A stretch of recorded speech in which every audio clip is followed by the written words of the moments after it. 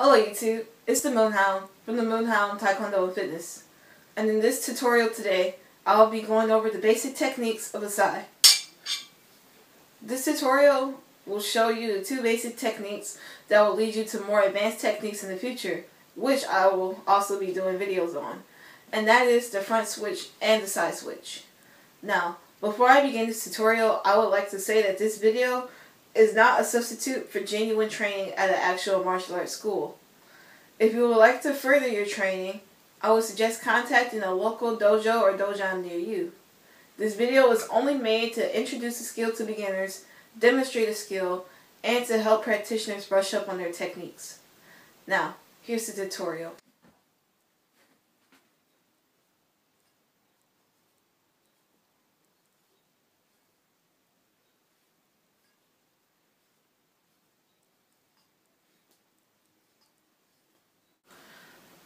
Now, before I show you the front and side switches, it's probably wise for me to tell you why we are switching positions in the beginning. With the side, there are two basic positions that you will be holding your side with. You have the closed position, which is used to enhance your punches to strike enemies at their solar plexus, to break their solar plexus or the armor they're in.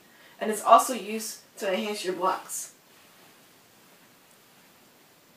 When you're at a closed position, make sure that the side is gripped tightly on your arm, because if it's not, if it's like this, it'll be loose, and when a weapon goes to strike you, this is going to hit up against your arm, and it's going to really damage it from the force of the side and the weapon that's striking you. Then there's the open position, which is used for striking as well, striking the solar plexus, and for striking certain pressure points. And it's also used to trap weapons such as the bow staff or the katana inside its prongs and breaking it with a twist. Now, in order for you to use both positions, you need to learn how to switch to them smoothly and accurately. And that's what this video will show you today. Now, the secret to performing these two techniques accurately and precisely all depends on the flicking motion of your wrist. And what I mean by that is, how well you flick your wrist is how easy the technique is going to be for you. Now, for the front switch, you want to flick your wrist up and down, as such. And for the side switch, you want to flick it sideways, like this. Now, for the front switch, what you want to do, like this, you want to let go of the side and leave your thumb tightly gripping the prong. You want to re-grip it like this, and you want to flick your wrist downwards, like this. And this is how it should end up. Now, where your hands will be after you switch positions will depend on your preference. In a more traditional way, you want your thumb to be gripping the middle of the prongs. In a more extreme way, you want your two fingers to be inside of the prongs, which is only used for demonstration purposes. In real life, I would not recommend you doing this because if you're trying to trap a weapon, your hand is going to get cut up really bad. Now, to return to the closed position from the front switch, all you need to do is repeat the movement. You just flick your wrist upwards, catch it like this. It's that simple. Now, to practice this technique, what I want you to do is practice this front switch at least 10 times on each hand.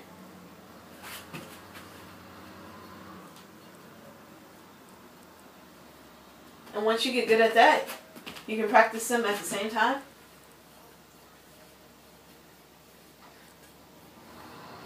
And then you can alternate them.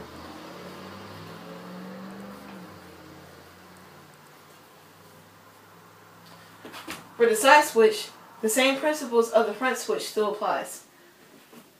When you release the side, instead of flicking your wrist downwards, you want to grab it and flick your wrist to the side like this. And then your hand placement still depends on your preference. If you're in a more traditional way, your thumb will be in the middle of the prongs. If you are doing this in a more extreme way, your two fingers will be inside the prongs. To return back to the closed position, all you need to do is flick your wrist back towards you, catch the side, and that's it.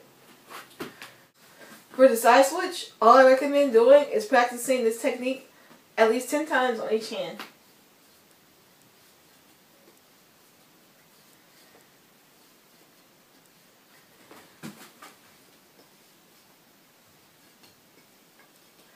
Once you get good at that, you can do them on both hands.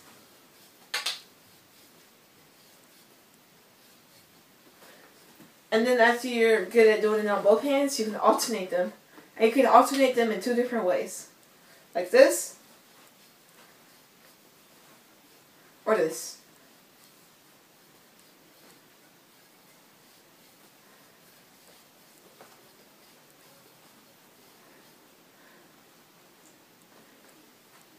And that concludes our Sai tutorial.